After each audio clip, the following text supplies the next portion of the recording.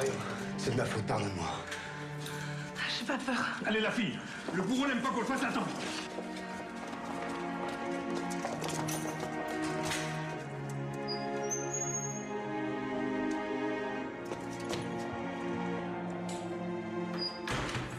Et t'as rien d'autre à me refiler? Avec toutes les catins de Brest? Ah bah, regarde celle-là. Regarde.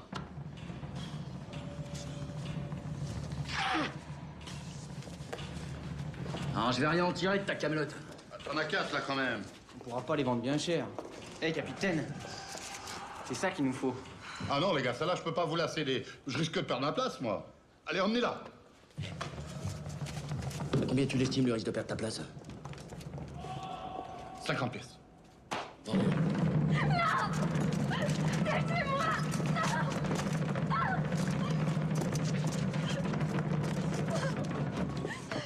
Jugé coupable de l'assassinat de Monsieur de Penwelt, officier du roi, Marion Pouliken est condamné à la mort par pendaison.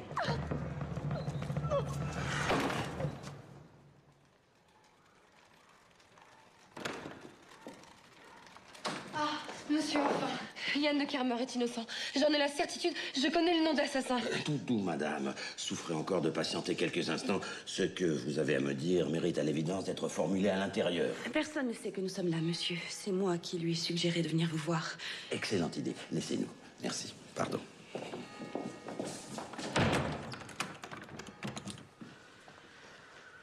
Eh bien, oui, madame. Yann de Kermer, innocent du meurtre de votre père? Oui, monsieur.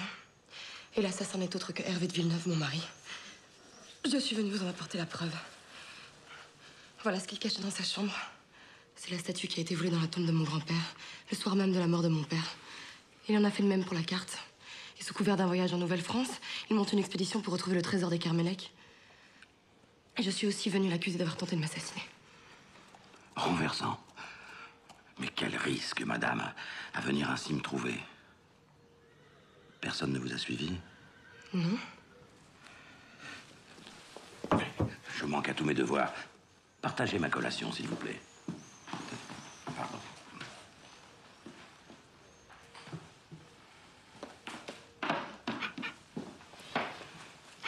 Raphaël?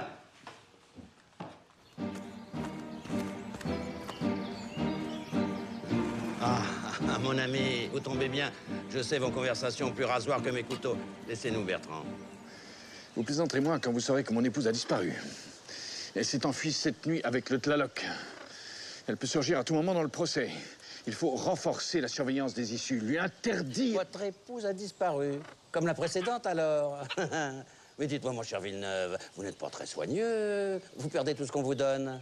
Avez-vous regardé dans les douves, dans les oubliettes? Elle a le Tlaloc. Comprenez-vous ce que cela signifie? À me pencher au-dessus de votre incompétence, cher Villeneuve, j'en éprouve du vertige. Tout ce que vous entreprenez est dans l'à peu près et le n'importe quoi. Vouloir tuer votre épouse, c'était une lâcheté doublée d'une bêtise. Mais la rater, c'était un crime. Allons, quittez cette mine renfrognée, mon ami. J'ai rattrapé votre bévue. Agnès est entre mes mains. Et sa conduite ces derniers temps était à ce point décousue que nous n'aurons peu de mal à la faire passer pour folle. J'ai déjà préparé son arrêté d'enfermement. Il ne me manque plus que votre consentement d'époux et la signature d'un médecin complaisant. Allons, reprenez un peu de sang, que diable! Le procès nous attend. J'ai besoin que vous y fassiez bonne figure. N'est-ce pas, monsieur de la Perruque? Hélas, la comtesse de Kermellec, durement éprouvée, n'a pu se déplacer, mais elle a tenu à témoigner contre l'assassin de son père et elle a chargé son mari, le comte de Villeneuve, d'en porter lecture devant votre noble assemblée.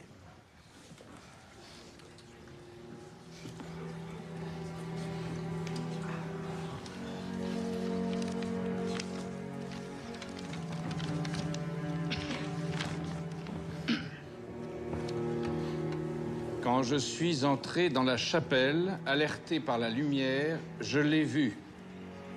Il n'y avait personne d'autre dans l'église que Yann de Kermer. Il tenait son arme à la main et serrait le cadavre de mon père contre lui, comme pour lui faire avouer la cachette de son trésor.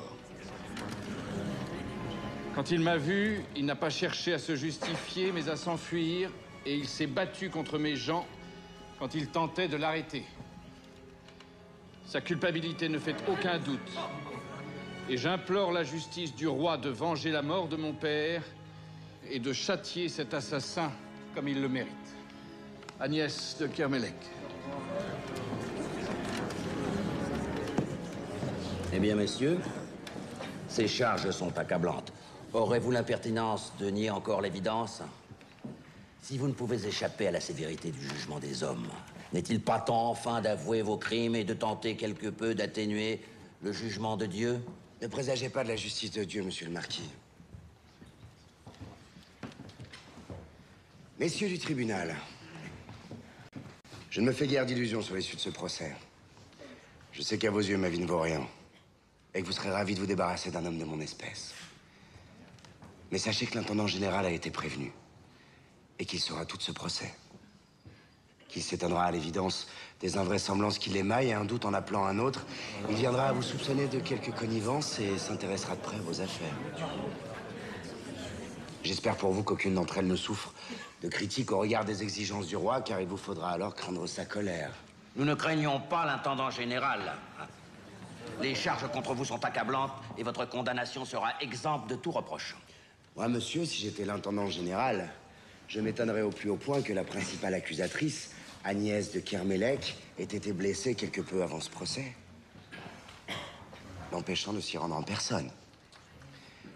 Je m'étonnerais que l'on puisse tout à la fois prétendre qu'Agnès ait quelque peu perdu la tête et prêter foi à une accusation que, soi-disant, elle aurait faite. Et surtout, je m'étonnerais au plus haut point que la frégate de l'accusé, avant même qu'il ne soit condamné, et alors même qu'elle appartient toujours à Sa Majesté, je m'étonnerais que la dite frégate ait été déjà armée, et ce par monsieur de Villeneuve, ici présent, et par le marquis de la Moque-Kerdu, procureur du roi en personne. Et ce pour une course que, si j'étais, messieurs les juges, l'intendant général, je soupçonnerais de n'avoir d'autre projet que d'aller chercher ce fameux trésor des Kermellec. Et je me demanderai alors à qui profite le crime. L'accusé dépasse les bornes. Il cherche manifestement à gagner du temps. Vous avez entendu les témoins. Les charges sont amplement suffisantes et la culpabilité de l'épervier ne fait aucun doute. Il a tué le comte de Kermellec. Aussi, je vous demande de vous décider immédiatement et de prononcer la sentence de mort. Peut-être serait-il plus judicieux d'attendre que l'intendant général... Entendu de quel fiel cet homme est capable. Attendrez-vous qu'il salisse chacun d'entre vous devant l'intendant général, hein? Alors votez. Je prends sur moi d'ordonner sa pendaison demain à l'aube. Celui d'entre vous qui refuserait de voter sa mort protégerait un assassin.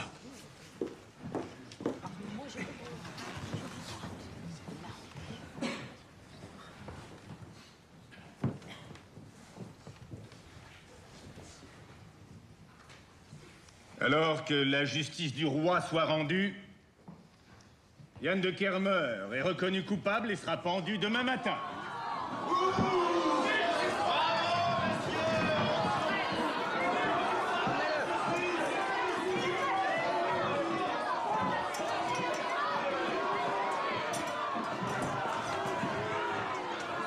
Cet homme est le diable. Et ces juges sont des pleutres, trop préoccupés de leur petite combine pour oser prendre la moindre responsabilité, hein. Alors qu'il est, la moitié d'entre eux doit être en train d'écrire à l'intendant général en dénonçant les anomalies du procès pour mieux se couvrir. Mais vous et moi savons bien que l'intendant général n'a pas encore été prévenu. Et demain matin, nous nous réjouirons devant le cadavre pendu de l'épervier. Demain matin, si vous m'en croyez, monsieur, nous devrons être bien loin d'ici demain matin, hein. Désolé de vous décevoir, mais l'épervier se pendra sans nous, hein. Débrouillez-vous. La Méduse doit être armée dès ce soir et prête à appareiller. Mais et fuir aussi vite, n'est-ce pas une énorme sottise? N'est-ce pas donner matière aux soupçons contre nous, au risque de perdre, vous, votre charge, et moi, mon honneur? Une énorme sottise. Se faire traiter de sot par un imbécile est, mon cher Villeneuve, d'une suprême volupté. Et quant à votre honneur, rassurez-vous, vous ne risquez pas de le perdre, vous n'en avez jamais eu. Mais si nous ramenons le trésor des Kermellec et en offrons la meilleure partie au roi, vous verrez comme nous rentrerons facilement en grâce. Et pour Agnès? Pour Agnès, nous allons parer au plus pressé. Il est où l'épervier? Hein? Il est où l'épervier de mes deux, là? Qui sorte si c'est un homme? Je vais vous le torturer, moi, votre héros. Je vais lui arracher les yeux et en faire des grelots. Va cuver ton vin ailleurs, l'ivrogne. Et ferme-la si tu veux pas des ennuis. Vous le protégez, c'est ça, hein? Vous savez bien qu'il ferait pas le poids. Vous savez ce qu'il a fait à la famille Ozanne? Cette ordure. Ordure! Sors de ton trou, l'épervier! Il est plus rond qu'une barrique, il va meuter tout Brest. Mettez-le au cachot le temps qu'il dessoule. Voilà, voilà. Oh, oh, oh! Oh! Je suis médecin! Je suis médecin!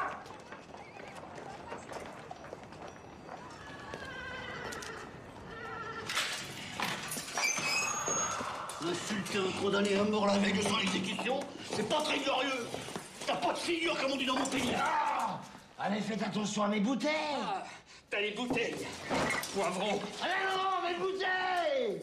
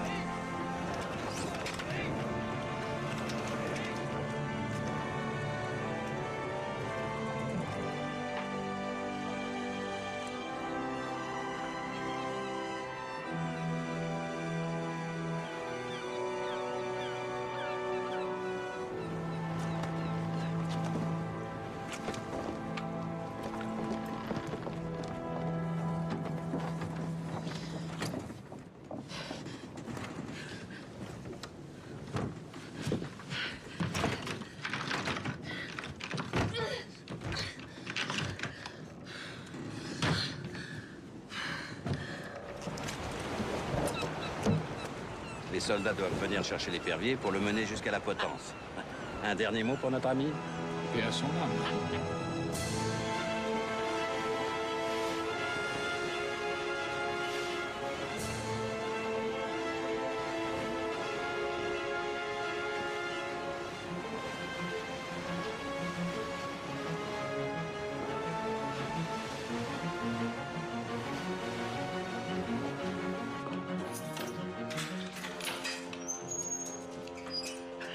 Et l'ivrogne, c'est parce que t'as dit, t'es médecin? Médecin? Ah ouais, quelquefois, je dis pas. Vous avez un problème? Oui, vite, c'est à la salle de garde des hommes, là. Ça y ouvre. Préparez du linge propre et une bouteille de rhum.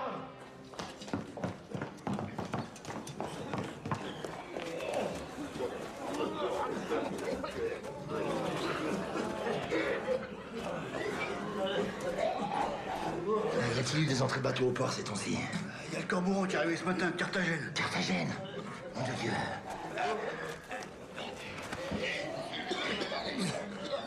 Un du monde. C'est la peste, monsieur. La peste!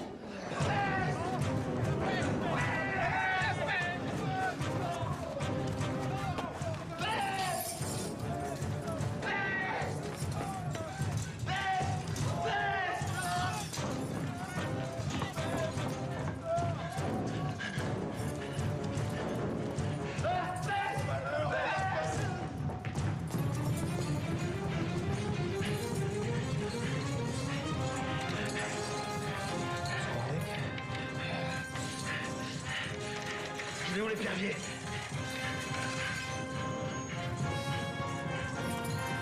Le Squarneck. Faut se dépêcher. On a très peu de temps. Il y en a un dont je n'attendais pas. L'aide, c'est bien toi. Ah, c'est pas moi qu'il faut remercier, c'est Louise, la petite Ozanne. J'y manquerai pas.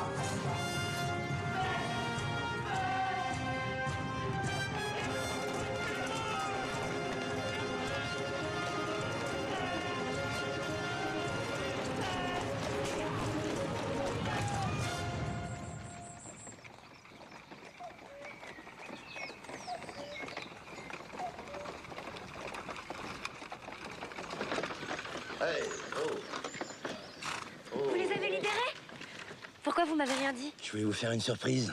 Et puis vous montrer que quand on me fait confiance, je... Ah, ce médecin est un génie. Et vous auriez vu les soldats s'enfuir la forteresse. Ah, ils ont eu la peur de leur vie. Alors, face de singe, t'as réussi à t'échapper de la méduse? Heureux de vous voir vivant, capitaine. C'est Manfer. Il n'a jamais voulu croire à votre mort. Il a profité des manœuvres départ de la Méduse pour m'aider à m'évader. Il voulait au cas où que vous connaissiez la direction de la frégate. J'ai descendu le long de la chaîne de l'Ancre. Ils y ont vu que du feu. Brave Manfer. Et quelle direction ont-ils pris? La Méduse va naviguer vers les Caraïbes. Il y a autre chose que je dois vous dire, capitaine. Alors que j'étais accroché à ma chaîne, j'ai vu une barque accostée par l'arrière de la Méduse. Il y avait à son bord le marquis de la Motte-Cardu, monsieur de Villeneuve et 2 autres mauvais drôles. Ils ont hissé à bord le corps inanimé d'une femme. Une jeune femme brune, richement vêtue. Agnès est à bord. Monsieur la Méduse a déjà un jour d'avance sur nous. Il nous faut partir immédiatement à sa poursuite. Emmenez-moi, capitaine. Oh, vous me devez bien ça, nom de Dieu. C'est moi qui vous ai sorti de cette foutue forteresse. Quand ils vont s'apercevoir que l'épidémie, c'est du flanc, que croyez-vous qu'ils vont me faire? Je suis médecin, nom de nom. Je peux me rendre utile. Et puis, c'est ma dernière chance. Ici, je suis grillé, je suis l'ivrogne, le galeux. Je veux recommencer ma vie ailleurs. Vous pouvez pas me refuser ça, capitaine? C'est entendu, Squarneck. À la condition expresse que tu ne boives pas une seule goutte d'alcool pendant tout ce voyage. C'est bien compris? Ah, pas une goutte. Je vous en fais le serment, capitaine. Bienvenue à bord. Allons-y.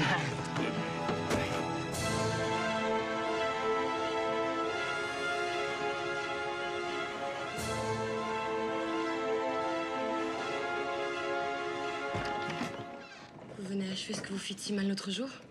Sortez, monsieur. Et comme tout gentilhomme, frappez avant d'entrer. Frappez, madame? Mais sur qui? Il n'y a plus personne pour vous défendre. Le dernier pend lamentablement au bout d'une corde dans une cour de la citadelle. Je vois que vous fanfaronnez plus à votre aise quand vous pensez vos ennemis morts. Vous êtes charmante, madame. Le marquis a raison, il serait dommage de vous supprimer trop vite. Savez-vous qu'ainsi, captive, privée de votre maison, de votre domestique, de votre méprisante arrogance, vous êtes extrêmement désirable. La traversée va être si longue que, quitte à vous maintenir en vie, il me prend soudain l'envie de me rappeler que vous êtes ma femme. Vous ne me toucherez plus, vous m'entendez? Plus jamais! Vous êtes ma prisonnière, Agnès, totalement à ma merci, réduite à mon bon vouloir. Nous allons vivre ensemble des moments exaltants pendant cette traversée, à commencer par celui-ci. Non, ne me touchez pas, vous m'entendez? Jamais! Laissez-moi! Au secours! Ce que c'est que l'amour conjugal, tout de même, hein? Ces petites attentions entre époux, c'est charmant. Je vous en conjure, monsieur, ne me laissez pas avec ce fou. Agnès est ma femme, monsieur, vous n'avez rien à faire ici. Sortez, c'est un conseil. Eh bien, puisque nous en sommes, monsieur, à nous échanger des conseils, souffrez aussi de recevoir le mien. Touchez un seul cheveu de cette femme, et notre alliance est à l'instant rompue. Sans mon argent pour financer cette expédition, vous n'êtes rien. Et ne prenez pas la liberté de me menacer, car je me verrai dans l'obligation de vous rappeler l'existence de cette lettre qui vous accuse du crime du comte de Kermelec, et que son dépositaire, sans nouvelles de moi, a pour consigne de remettre à la police. Eh bien, choisissez-vous la guerre? La guerre? Pour cette femme? Elle n'en vaut pas la peine.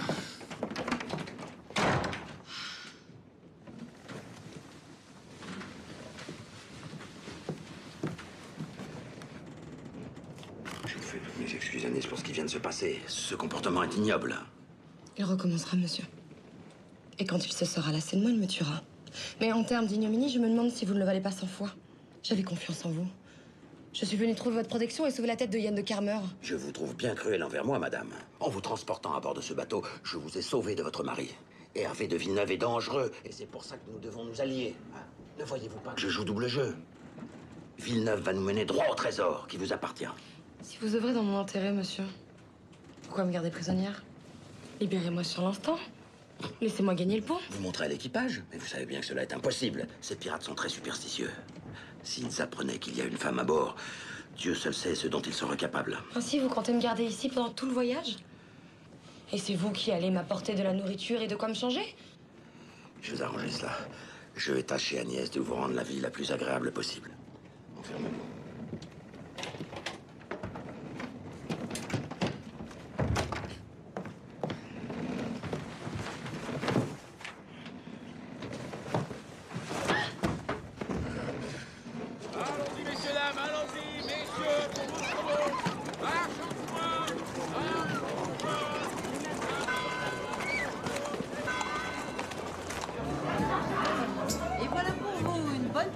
merde avec du chou. Désolé, monsieur, mais c'est pas une question d'argent. Vraiment pas. Pour le moment, aucun navire n'est disponible sur le port. Avec la rumeur de peste. La plupart des bateaux, par précaution, se sont détournés de Brest. Je suis prêt à payer le prix qu'il faudrait, on n'est pas difficile pour le confort. Je suis vraiment désolé. J'aurais aimé vous satisfaire, mais je peux pas. Bon courage. Ne vous méprenez pas, monsieur. On ne se moque pas de vous. Mais c'est que votre inexpérience est cocasse. Mon inexpérience? Oui. Permettez-nous de nous présenter Monsieur Grindorge. Monsieur Le Pic. Drapier à Paris. Ah, mon confrère a raison. Hein. On voit au premier coup d'œil que vous n'avez guère la maîtrise des usages en matière de transport maritime. En effet, je dois avouer que je comprends absolument rien aux choses de la mer. Ah, sans vouloir vous vexer, ça se voit au premier coup d'œil. Voilà un homme, et je dis à Monsieur Le Pic, qui n'est peut-être même jamais monté sur un bateau. Ouais? Alors là, monsieur, vous m'épatez. Ça se voit donc sur mon visage? Oui, ben oui. Et vous-même Ah bah nous partons, mon ami et moi-même, pour Pondichéry, ce soir. Ce soir même. Les affaires, vous comprenez? C'est notre premier grand voyage. Mais nous avons suffisamment d'expérience pour nous y être pris à l'avance. Et bien nous en a pris, hein, car comme vous l'avez constaté, il n'y a plus aucun bateau de disponible à Brest. Il a fallu que nous fassions des pieds et des mains pour débusquer un convoyeur. Et encore, la canaille nous a demandé une petite fortune. Un convoyeur? Fief Gredin, oui, à l'évidence. Un trafiquant du Havre qui fait escale ce soir à Brest et repart aussitôt vers l'Afrique. Nous n'avions pas plus le choix que vous. Et il en a profité, le Gredin. Il nous a fait payer à l'avance des lettres de change, pour vous dire. Il a même exigé de l'argent pour transporter notre esclave nègre. Ah non, mais j'ai hâte de voir la tête qu'il a, ce gaillard. Messieurs, je ne peux que trop vous remercier pour ce précieux conseil. Oh, c'est normal, c'est normal. Ah, j'apprends énormément avec vous, nous ne pouvons pas nous quitter comme ça. Puisque votre rendez-vous n'a lieu que ce soir. Oui. Me feriez-vous l'honneur d'accepter une invitation à déjeuner? Ah, bon, bah, c'est bien aimable à vous, monsieur. Alors, si vous connaissiez en plus un endroit où on boit du bon cidre et où on mange des bonnes crêpes à l'andouille de Guémené, je suis votre homme. Vous avez de la chance, je ne connais que ça. À l'aventure. À l'aventure. À l'aventure.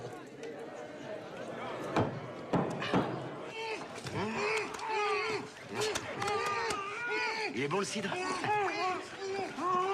Ah, j'oubliais. L'andouille.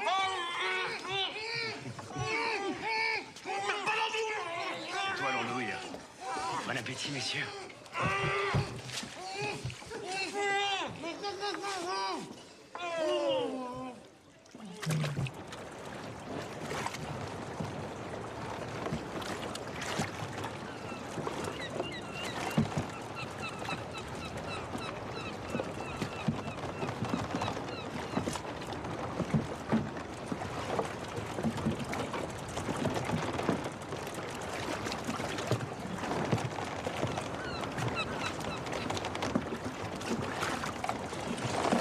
C'est Drapier? En personne, monsieur. Je suis Corentin Guimaet, capitaine de la Pomone. Et voici le frelon, mon second. N'êtes-vous pas plus nombreux que prévu? Je suis monsieur Le Pic, voici monsieur Grindorge, notre esclave indien, et monsieur Le Squarneck, médecin de son état qui s'est ajouté à la dernière minute. Ah, voilà qui change tout. Et qui pourra remettre en cause notre accord. D'autant plus qu'on m'a appris qu'une alerte à la peste flottait sur Brest. Et ce qui renchérit à l'évidence le risque de votre prise en charge. Non, il faudrait le double de la somme convenue. Ah, nous en sommes conscients, capitaine. C'est pourquoi mes amis et moi-même avions anticipé votre réaction et préparé un petit supplément qui devrait vous convaincre. Montrez-moi la somme. N'y voyez pas offense, messieurs. Mais il y a tant de gens malhonnêtes de par ce monde. Alors, si vous saviez, même dans la draperie. Allez, capitaine, un beau geste. Ces gens me sont bien sympathiques. Et ce sont, me semble-t-il, des compagnons de voyage pleins de ressources. C'est mon jour de montée. J'accepte. Quant à la nourriture, ce sera à l'ordinaire de l'équipage. Et une seule cabine pour tous. Vous vous serrerez. Mais s'il manque de place, nous nous arrangerons.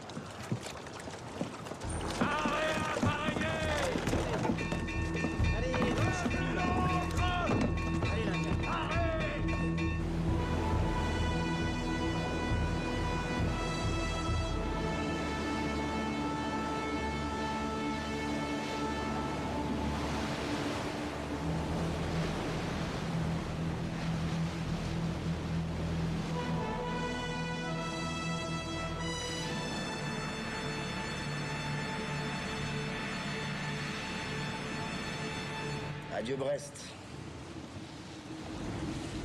C'est-à-dire qu'il y a 3 semaines, j'entrais dans cette rade plein d'espérance. Fier d'être devenu corsaire et persuadé qu'on m'accueillerait les bras ouverts. Que de désillusions. J'ai perdu la méduse et je cours encore après la femme que j'étais venu chercher. À quoi tu penses, l'Indien? Je pense à Marion. J'ai pas eu le temps de la connaître.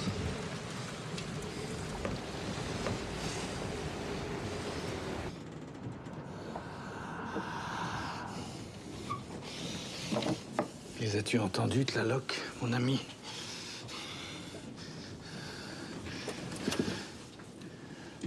Ils me haïssent. Ils s'allient contre moi. Ils complotent. Ensemble, ils peuvent être redoutables. Je ne suis pas de force à lutter seul. Tu dois m'aider. Tu dois me souffler la marche à suivre. En échange, je te fais la promesse de t'offrir leurs âmes en sacrifice.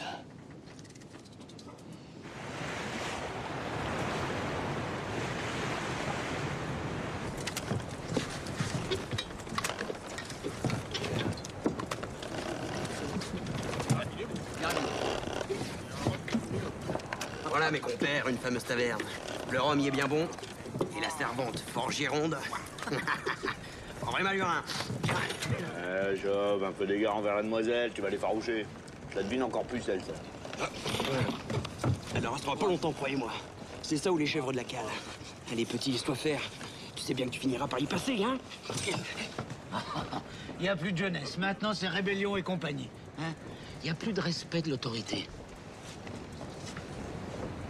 Tu sais qu'à ton âge, je me serais jamais permis de dire non à un ancien, moi. Allez, petit. Arrête de faire ta mijaurée, hein? Bah ouais. Se taper le mousse, c'est un petit peu comme manger de la dinde à Noël ou faire sauter des crêpes à la chandeleur. Serait-il que tu serais contre les traditions, petit? Quel empressement à former les plus jeunes au dur métier de marin. Je vous félicite pour votre zèle. Ce jeune homme est sous ma protection. T'as compris? Allez! J'en ai marre. Les chèvres, c'est toujours pour les mêmes. Si tu veux leur échapper, il va falloir que tu m'obéisses. Sais-tu garder un secret? Entre. Allez.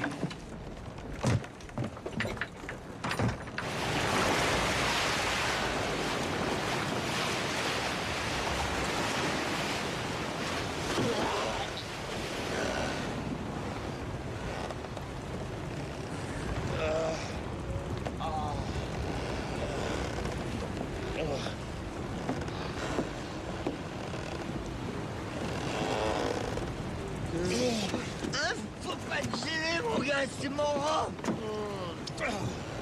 Oh, Rome. Unique objet de mon ressentiment. Tiens, l'ami, c'était pas la peine de t'énerver, lave-la ta bouteille. J'y crois pas. Ce sagouin des Carpates a siffloté tout mon raffia. Tu vas le recracher, c'est moi qui te l'ai... Calmez-vous. Je suis médecin. C'était une histoire de manque. Il y allait de ma santé physique et mentale. Médecin? Tu serais pas menteur en plus d'être voleur? Je vais te tester.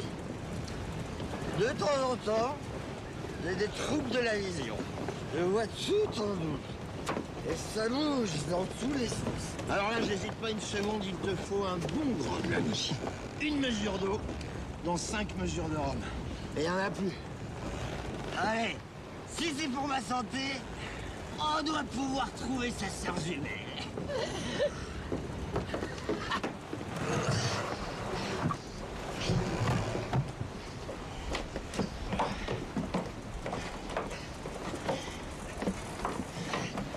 Mon Dieu, non. On descend si bas qu'on va finir sous la mer. C'est aux enfers que tu nous amènes. Au paradis plutôt, mon ami. La cale des marchandises spéciales. Tu vas comprendre. Ouais, il est de tous les trafics, ton capitaine. Le voilà.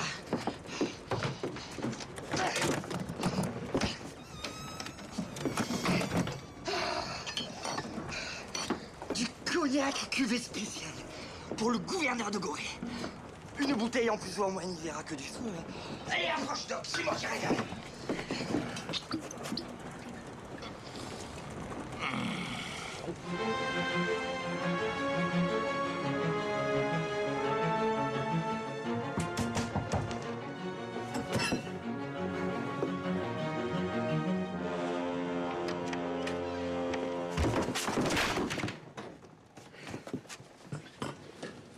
C'est vous la dame que je dois servir?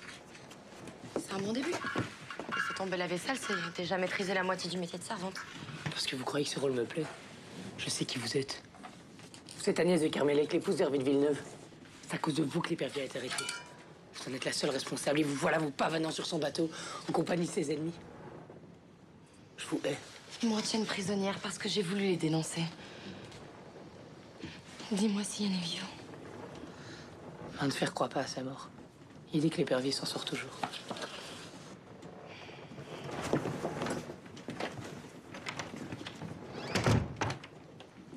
Tu dois m'aider. Comment t'appelles-tu? Nicolas. Ce dont je suis sûre, Nicolas, c'est que c'est le ciel qui t'envoie. Et qu'Yann aura tout lieu d'être fier de toi. Yann ne voulait pas que j'embarque sur la Méduse. Il voulait que je m'occupe de ma famille. Et aujourd'hui, c'est à cause de ses ennemis que je me dois d'être ici.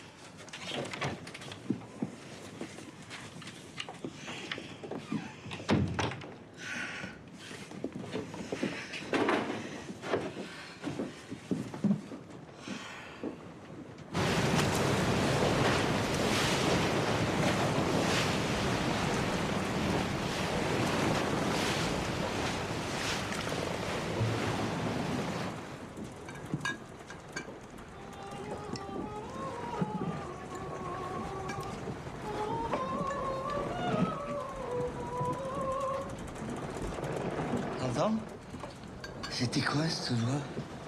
Une sirène, mon ami. Tout simplement, pas de quoi fouetter un chien.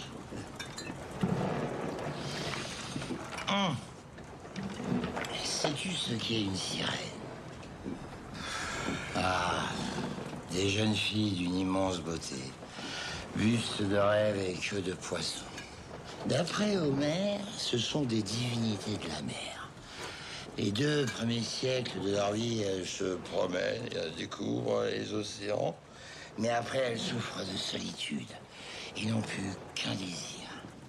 Aimer et être aimé des hommes. Oh. Ça tombe bien parce que je suis seul en ce moment. Alors, ne te laisse pas séduire par leur chant merveilleux. Sinon, tu es un homme mort.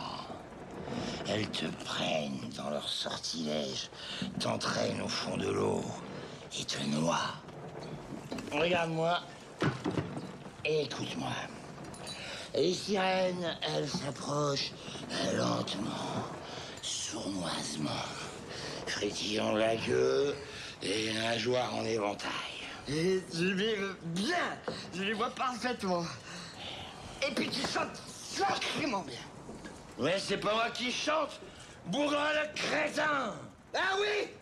Et qui alors? Ah,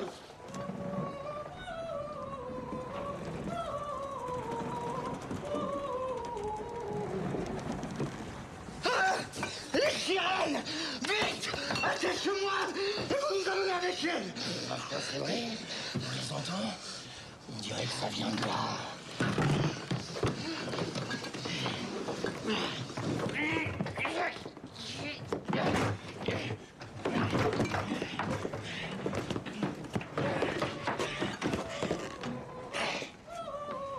Elles sont là, de l'autre côté. Allez, aide-moi les plonger. On va les déloger. Donne-moi un coup de main. Aïe. Hein? Allez, c'est moi que vous voulez, les filles, hein?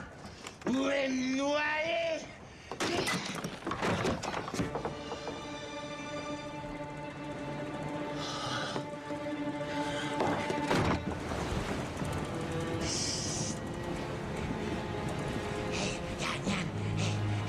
Les sirènes, c'est pas des sirènes, c'est des... Chut, c'est des femmes. Chut. Grave, t'es fait tuer.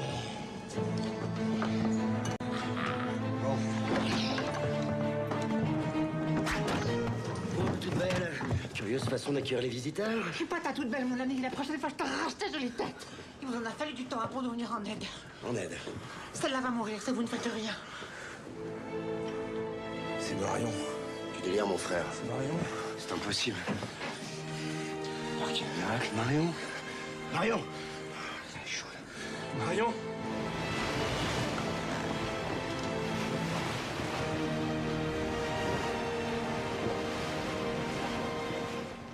La plupart d'entre nous sommes là depuis le Havre. Et ton amie est montée à bord à Brest. Elle s'est mise à délirer presque aussitôt. Que faites-vous là, à Foncal? Nous sommes une marchandise parmi d'autres. Ils nous emmènent dans les colonies pour nous vendre aux planteurs.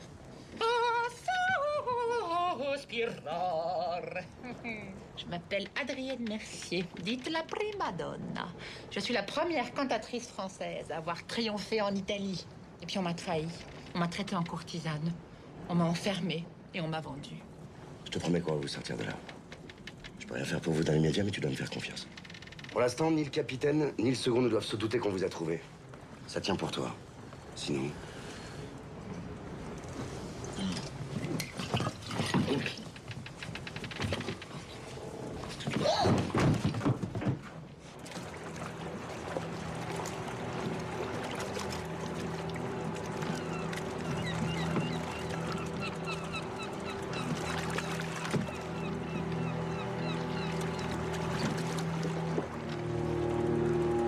De moins.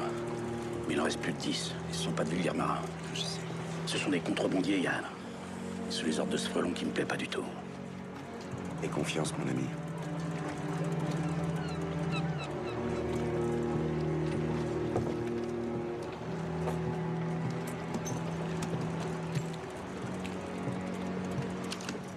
Ah, mais c'est notre ami drapier. Quel bon vent vous amène, monsieur Le Pic. Quelques pièces de tissu à nous proposer, peut-être. Ou alors vous êtes-vous décidé à me vendre votre serviteur indien? Je suis venu prendre le commandement de ce bateau.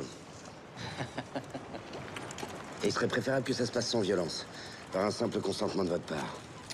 Et tu comptes nous encercler tout seul avec ton petit couteau? C'est une belle ambition pour un modeste drapier. Je suis pas drapier, je m'appelle pas Le Pic. Mon nom est Yann de Kermer, plus connu sous le surnom de l'Épervier. Ah oui, le pirate condamné à mort. Celui que la justice du roi recherche. Celui aussi qui a perdu sa frégate et ses hommes, non? Cet homme seul désormais, qui n'est plus que l'ombre de ce qu'il a été. Mais loin de nous faire peur, mon pauvre ami. Tu nous fais pitié. Vous ne vous trompez que sur un seul point, monsieur l'insecte. Mon équipage m'est resté fidèle et il m'attendait ici aux Canaries pour m'aider à prendre le contrôle de ce navire. Mes hommes sont là autour de moi. Sacrée bande de gaillards. Je meurs d'envie d'en découdre avec vous. Eh bien, va en enfer, l'Épervier!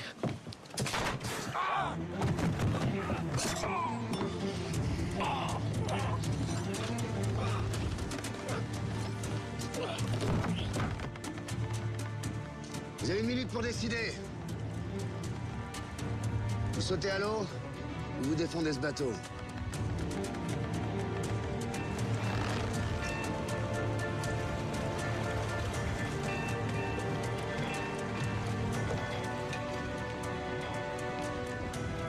Vous avez été parfaite, les filles. Je suis fier de vous. Ne traînons pas, nous avons déjà assez perdu de temps comme ça. Et maintenant, cap sur les Caraïbes!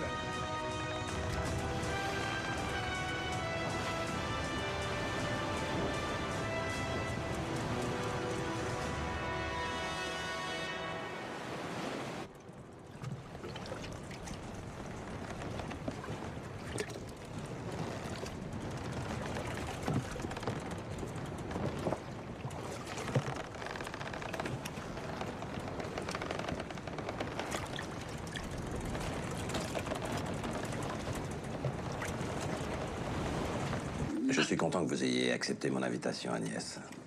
Vous êtes sublime. Et je vous assure qu'aucun homme ne pourrait rester insensible à votre charme. Je doute que vous m'ayez invité uniquement pour me parler de mon charme. Pas uniquement, bien sûr. Je veux vous proposer un pacte, Agnès, une alliance précise contre Hervé de Villeneuve. Et tout d'abord, je voudrais être sûr que vous ayez compris quelle est votre situation. Votre père est mort, l'épervier est mort, personne ne sait que vous êtes ici, et plus personne ne s'en préoccupe. Vous n'avez sur ce bateau pas d'autre protection que mon amitié très forte pour vous. Une amitié totalement désintéressée, sans doute. Vous êtes une femme non seulement adorable, Agnès, mais aussi redoutablement intelligente. Pour espérer survivre, vous n'avez pour l'heure d'autre qualité à faire valoir que celle d'être la descendante officielle de votre grand-père, donc du trésor de Kermelec. Eh bien? Eh bien, je vous protège d'Hervé de Villeneuve jusqu'à notre arrivée au Nouveau Monde. Une fois le trésor trouvé, je le dénonce aux autorités et sera promptement jugé et pendu pour les crimes dont nous l'accuserons, vous et moi. Et le trésor des Kermelec vous reviendra de droit. Et vous? Moi? Où est votre intérêt? Eh bien, j'hériterai aussi. Puisqu'entre-temps, une fois devenue veuve, vous m'aurez épousé. Pardon. M'épouser, vous? C'est une plaisanterie. Excusez-moi. Mais pourquoi je vous prie? Je nous trouve très assortis. Monsieur! Venez, il y a un problème.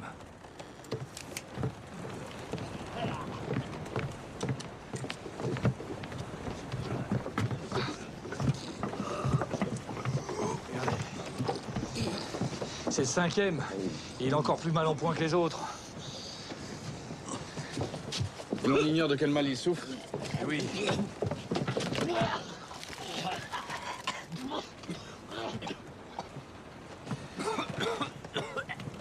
J'ai connu pareille situation aux galères. Mon Dieu. Serait-ce la présence de cette femme qui nous porterait malheur? Comment ça? Une femme à bord? Quelle femme? Quelle femme? Qu'est-ce que c'est? Par tous les diables, une femme à bord. C'est vrai, une femme, ça porte la poisse. Que signifie? Qui vous permet d'entrer? Désolé, monsieur, mais il y a des codes en mer qu'on doit respecter. Les hommes sont en train de mourir. Il nous faut nous débarrasser de cette femme, sinon... Me menacerais-tu, coquin? Oserais-tu menacer le marquis de la Motte-Kerdu, le procureur du roi? Sais-tu combien de gredins de ton espèce j'ai fait pendre cette année? J'ai moins peur de vous, monsieur, que de la mort. Il en va de notre survie. Alors livrez-nous cette femme! Et vous autres? Vous pensez aussi que cette femme porte malheur et qu'elle attire le mauvais œil? Oui, c'est mauvais œil. Bien sûr, c'est mauvais œil. Eh bien, permettez-moi, messieurs, de vous prouver le contraire. Désormais, c'est être contre cette femme qui portera malheur. Désolé, mais je n'ai pas d'autre choix. Je vous présente Agnès de Kermelec. Vous pensiez que ce bateau était sous mes ordres ou sous ceux d'Hervé de Villeneuve? Il n'en est rien. Ce navire a été affrété dans les intérêts d'Agnès de Kermelec pour rechercher le trésor de son grand-père qui lui appartient de droit. Nous l'aidons, et en contrepartie, le butin sera partagé suivant les règles qui prévalent en pareil cas. La moitié pour elle, la moitié pour nous. Vous avez la parole d'un procureur du roi. Ramassez cette canaille et retirez-vous.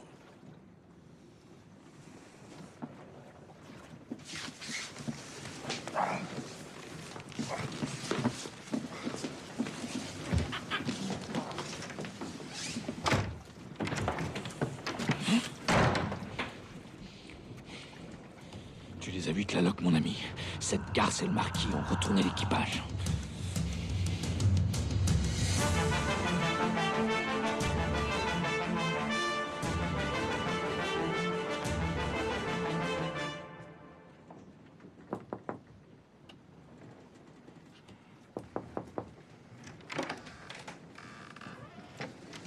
Êtes-vous enfin convaincu, Agnès, des dangers qui vous menacent? Vous n'avez pas d'autre choix que votre adhésion à notre pacte.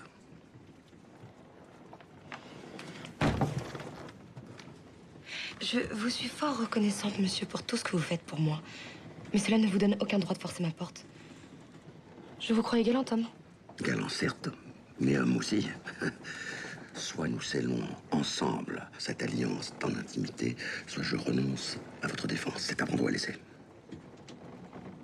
Voudrais-je, monsieur, que cela me serait impossible. Sauf à braver la colère du ciel. Diantre, et pourquoi? Je suis enceinte de monsieur de Villeneuve. Bonne nuit, monsieur.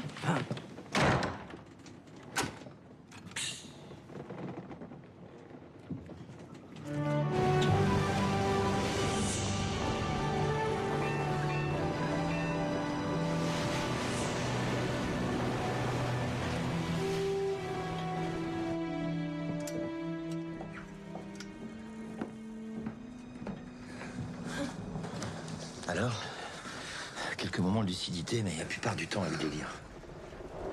Marion, c'est moi, Yann, l'épervier. Tu me reconnais?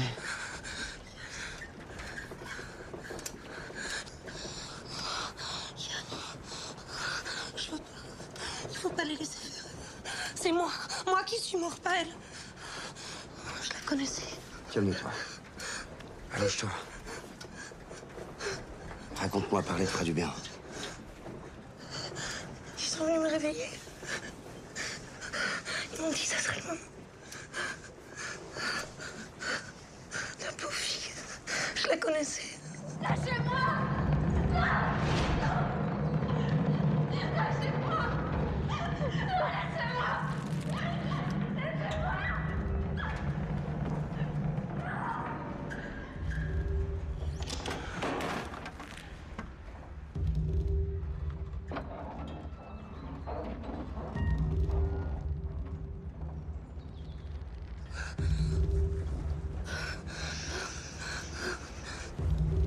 Elle est bouillante.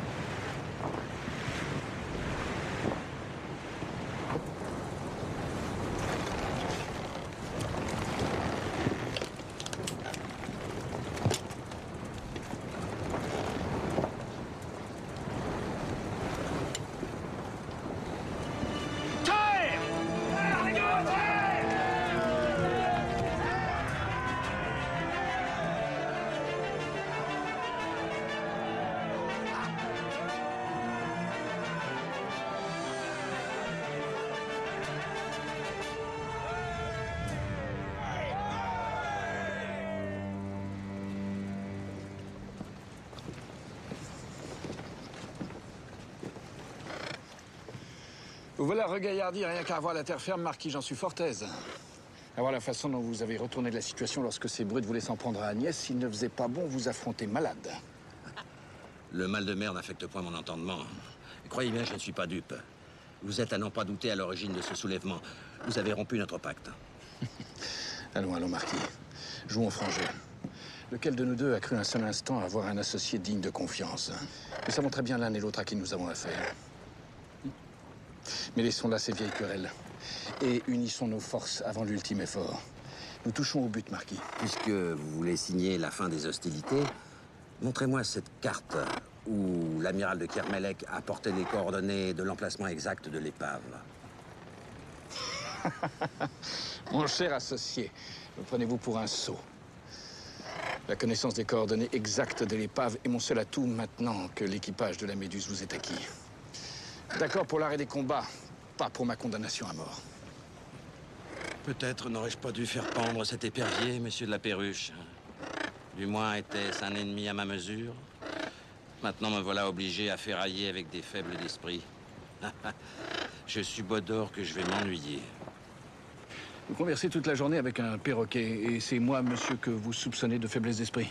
Vous êtes faible, Villeneuve, je le confirme. En 2 phrases, je vous fais détaler du pont et fuir dans la cabine, la queue entre les jambes. Vous êtes faible, médiocre et besogneux. Vous m'échauffez, Marquis. Décidément, nous n'allons pas nous entendre. Vos moqueries ont beau être aiguisées, elles seront toujours moins blessantes que la lame de ce poignard. Et quand je vous aurai saigné comme un cochon, vous rirez moins. Vous ne me tuerez point, Villeneuve. Et pour au moins 2 raisons. La première est que non seulement vous êtes faible, médiocre et besogneux, mais qu'en plus, vous êtes un lâche. Et la deuxième est qu'on ne tue pas quelqu'un le jour où l'on vient d'apprendre que l'on va être père.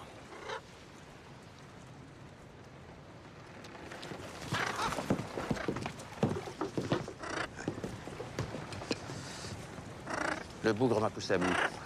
J'ai pas pu résister. 2 phrases et il file dans la cabine.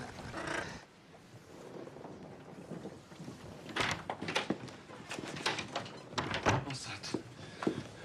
Vous êtes enceinte. Vous attendez un enfant de moi. Mamie, ma douce amie, je n'ose croire à ce miracle. Lâchez-moi, vous me faites mal. Et relevez-vous, vous êtes ridicule.